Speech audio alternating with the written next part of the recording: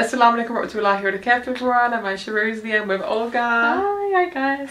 So Olga is interested in Islam, which is so beautiful, and we also shot a video where you asked me questions. Yes. But I wanted you to listen to the Quran first, because I wanted you to get like a kind of feel. I know you've been reading the Quran. Yes. Which is amazing, and you've been asking me questions, and I've been trying my best to answer, which I'm not always the best, but I try my best. You're incredible. Don't do like that. And I know you've listened to the Quran before. Yes. Yes. So this is the second time I was just asking this question, and my reaction is equally strange, and I'm going to explain why. So the last time I listened to the Quran, I was living in Cambridge at the time, and I was alone, and I was in an apartment, and I've never really had like supernatural experiences, but in the kind of maybe like way that made me very scared. But for some reason, I'm just absolutely convinced I saw a ghost, like in slow motion, walking behind me in a mirror. And I wrote to my boyfriend, who at the time who was Muslim, and he's still in my life, just no longer a boyfriend, now a fiance. And I was like, listen, this has happened. Like, what do I do? Please help me, because I'm terrified and I can't sleep. And he sent me the Quran to listen to, and I put it on, and I swear it was the only thing that helped me go to sleep. And I felt very, very safe and just very at peace. I did not know what was being said, but it was so beautiful and so melodic. And anyway, that was the reason for my interesting response to this question. This is the second time after this that I'd be listening to it. Okay, cool. So let's give it a go then. Let's do it. أعوذ بالله من الشيطان الرجيم. بسم الله الرحمن الرحيم. الرحمن علم القرآن خلق الإنسان علمه البيان. الشمس والقمر بحسبان والنجم والشجر يسجدان والسماء رفعها ووضع الميزان ألا تطغوا في الميزان وأقيموا الوزن بالقسط ولا تخسروا الميزان والأرض وضعها للأنام فيها فاكهة والنخل ذات الأكمام والحب ذو العصف والريحان فبأي آلاء ربكما تكذبان. خلق الإنسان من صلصال كالفخار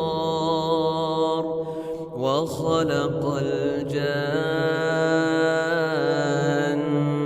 من مارج من نار فبأي آلاء ربكما تكذبان. رب المشرقين ورب المغربين فبأي آلاء ربكما تكذبان. مرج البحرين يلتقيان بينهما برزخ لا يبغيان فبأي آلاء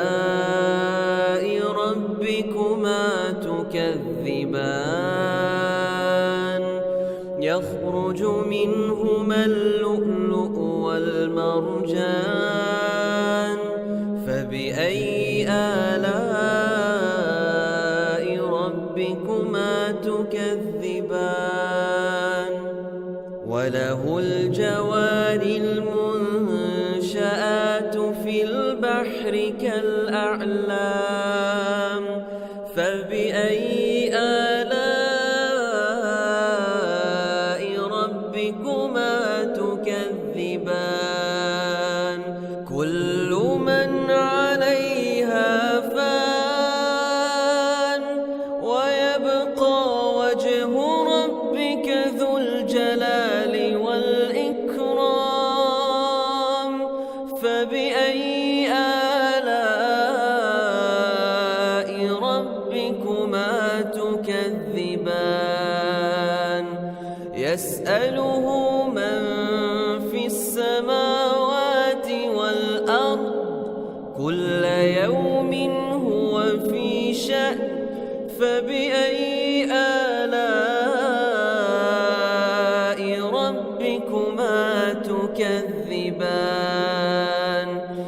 Wow, you know, it was really, really interesting listening to that. I felt like at first, you know, at first it was just really calming, and it was just like I was listening to something that was on a device. And then as a little bit of time went on, like I really started to feel it. At first I really felt it in my heart, very deeply in my heart, and then it's somehow the experience of that sound like spread across my chest, and I felt it. It was like I was hearing it externally but also internally at the same time. I don't know if it has to do with the frequency or the words or what exactly, but that was really, really powerful in a way that I actually didn't expect it to be. It was quite arresting in a way. Again, like it just kind of seemed that everything stopped, everything paused. I wasn't really thinking or, you know, hearing or, you know, looking at anything in particular. It was just very, very grounding and very, very powerful. As somebody who is reading the Quran, Yes. is there anything about the Quran in general that makes you like really drawn towards it or interested in it? Absolutely. So I would say this started with actually just having come across like, the Muslims in my life in general. That kind of interest started there. I saw that there was a particular peacefulness and humbleness to the Muslims that I have come across pretty universally, you know, across all walks of life, across, you know, all nationalities. It was not like rooted towards a specific kind of type of person, but that was what kind of started. That's where that interest started. And then I met my fiance, and I would ask him all sorts of questions, most of them just so silly, just like the questions I ask you. Oh my God, lots of silly questions there. And then I was drawn to the Quran, and I think something that I see echoed obviously in both the Muslims I've seen and in the Quran.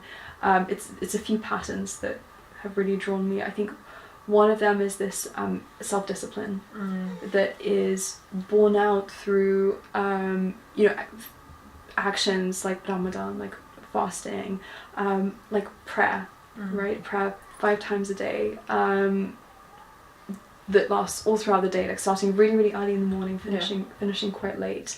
So that's the one aspect, self-discipline. I'd say the second aspect is this, it's both this idea of kind of humbleness, but equally the sense of empowerment, and they're kind of twin. So humbleness in the sense of there is something much greater than you, but empowerment in the sense that you have this direct link to this being that is greater than you. You don't need a mediator, an interpreter, you know, anything. You have that direct connection, which I find really, you know, that kind of combination I find very, very cool.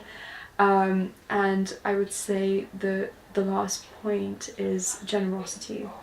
And in the other video we spoke a lot about, for example, interest, how interest is a big no-no within Islam, and giving to people that are, you know, that are not as perhaps like financially fortunate. And, you know, during Ramadan, that experience actually being heavily rooted in the sense of this is how, you know, going without food and water, this is how people live actively, and creating that radical empathy for people that perhaps live like that.